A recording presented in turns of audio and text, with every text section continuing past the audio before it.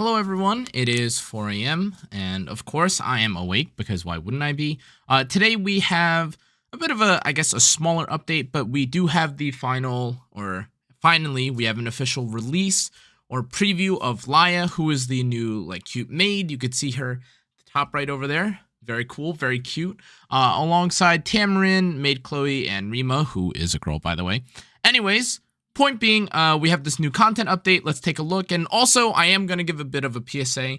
Before we get into this, I do just want to make a little bit of a post here.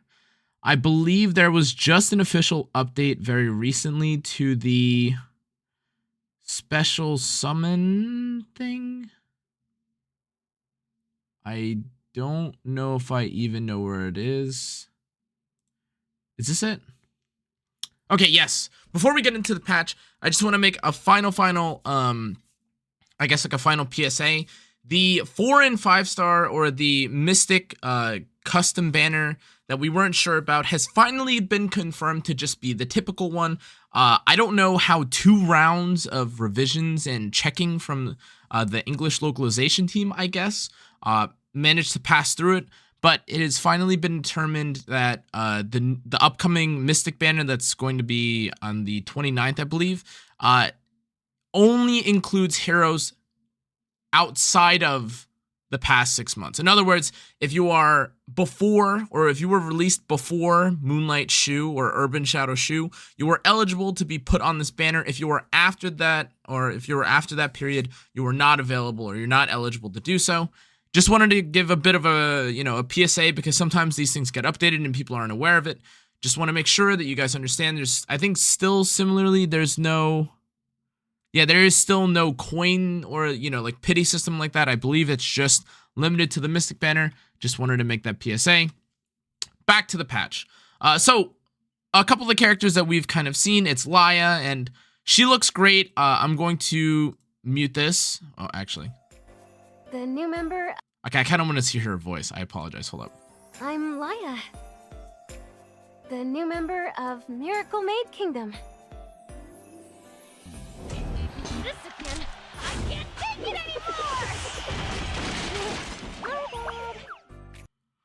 That is a super cute animation. Now, again, we can, you could watch the video on your own. That's okay. I kind of want to go over the entirety of the patch, and I've already kind of discussed what I think about the character. But today I'm going to give a bit more in-depth detail into kind of the builds or what you could see or what you could try and do with Liia. In case you're curious about how to play her, what kind of builds or stuff will work with her. Let's move on to kind of her kit and everything. Number one, that animation, just before anything else, that was super cute. An adorable character. I'm definitely pulling for the character. She is an Earth Warrior. She's Aries, and just very quickly, just based off of her skills, she has a dual attack on S1 when her skill 3 is on cooldown. Her skill 2 makes it so that you can dispel, or it's basically like a full cleanse for all your allies, and you I believe this increases the CR of all allies by 15%, I believe, unless if it's changed where I'm not reading the enhancements. It's either 15 or 20. I'm not entirely sure. I always get so confused about these things. I apologize. And it also decreases skill cooldowns of all allies except for the caster by 1. Great. So in other words, a lot of things, or basically what people were hypothesizing, is that she would be used to counter characters like Knockwall and Lua, something to that extent. And then her skill 3 is basically it's a horse. It's a true damage, or it's like a target penetrating skill 3 nuke that does a lot of damage based on how much health you've lost. Essentially, wait, it's caster's max health.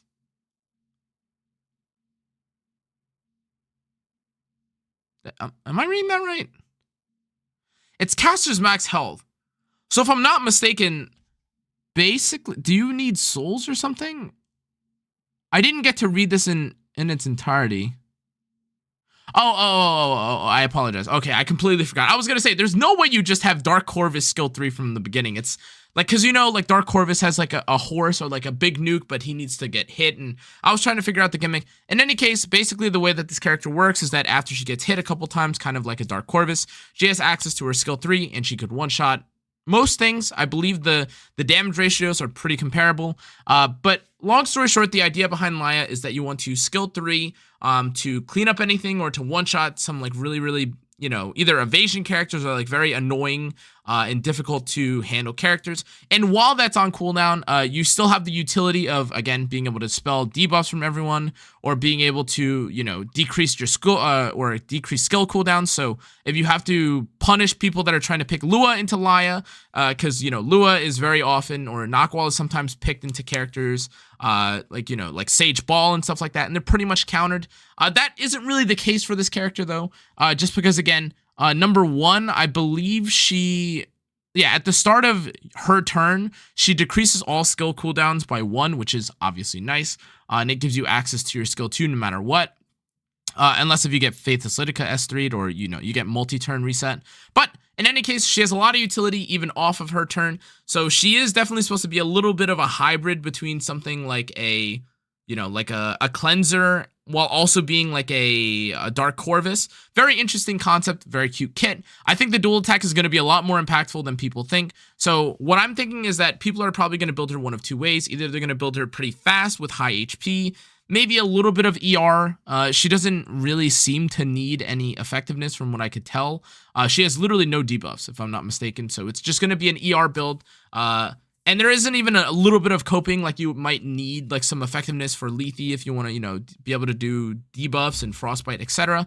And then we have her artifact, which I think is really good as well. If I'm not mistaken, this artifact is now best in slot on... I think this is best in slot on Mediator Cowric. Could be wrong, but I had heard some inkling about this. Obviously, it kind of sucks to, need to have this at max because she's unlimited and the artifact is so good. I'm probably going to pick up 2 copies of this and run this on a couple of warriors. The decreased debuff durations, like once every 3 turns, even if it's every 3 turns, is pretty impactful. Your alternative is, again, gaining the HP from Prayer of Solitude with Lethe, but the bonus damage is conditional, so it is what it is. That's pretty much all that we have, to be honest, in terms of the patch, guys. We have Tamarin, and we have, like, the nice, the side story, and that's terrific. That's great. In all honesty, I kind of wish that the Valentine's Day maybe had the skin already. Maybe that'll come in next week, though. I'm not really sure. There was no announcement from it here, which is why I'm a little concerned. Hopefully, it gets released on the 14th or nearer or closer to the 14th or after, I guess. But aside from that, basically, we have the weekly, I guess, like, part 2 of the week. And then now we have the Powder of Knowledge shop item list rotation. We have Circus Fantasia, Elbrus, which is, of course, right before Limited. Alexis Basket, Stella Harpa, and then we have Aureus, Strack, Margahara's Tome, and Rosa Hargana. In terms of what's worth it on the Powder Shop, it's definitely just going to be Elbrus if you don't have a copy. Circus Fantasia is a little bit, it's okay. A lot of Conqueror Liliuses nowadays are on Proof of Valor, and you can kind of choose what you want on the character. But Alexis Basket and a lot of these other artifacts minus Aureus are kind of just meh, or like very niche. Definitely not worth paying whatever this is for it. Buy the bottle, of course. But yeah, so Liia looks great. That's kind of just how I feel about the character. I think a lot of people are pretty set on either building her like that fast, again, like her faster 230, 240, 250, 260, 270, 280 if you're a whale and all HP with ER, or you're going to run her really slow, maybe not really slow, but like maybe that 180, 170 range so that, she can still take a turn, or like, everyone's been reset and then she gives everyone another turn or something to that extent. Not sure yet. She is an Ares warrior, so we'll see just how well she does in terms of stat line. If I'm not mistaken, I think she has Ed stats. Could be entirely wrong. I'm just off the dome, guys. Don't quite remember. Can't open the game right now. Anyways, that's gonna be it for this video, though, guys. I hope you enjoyed. Again, try and build her with probably a lot of HP because she's a health scaler. HP set is probably what most people are going to be running on her if you have it. Otherwise, I think immunity could be really good.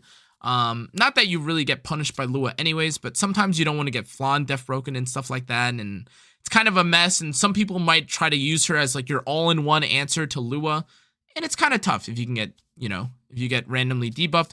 So keep that in mind. I'm probably going to run mine on speed immunity. You could do as you like. However, guys, that's going to be it for this video. I know it's a bit short. The patch was honestly really short in general, but we had the Liia preview. I'm excited for her. Make sure to remember about all the PSA stuff. Oh, and I forgot. I apologize.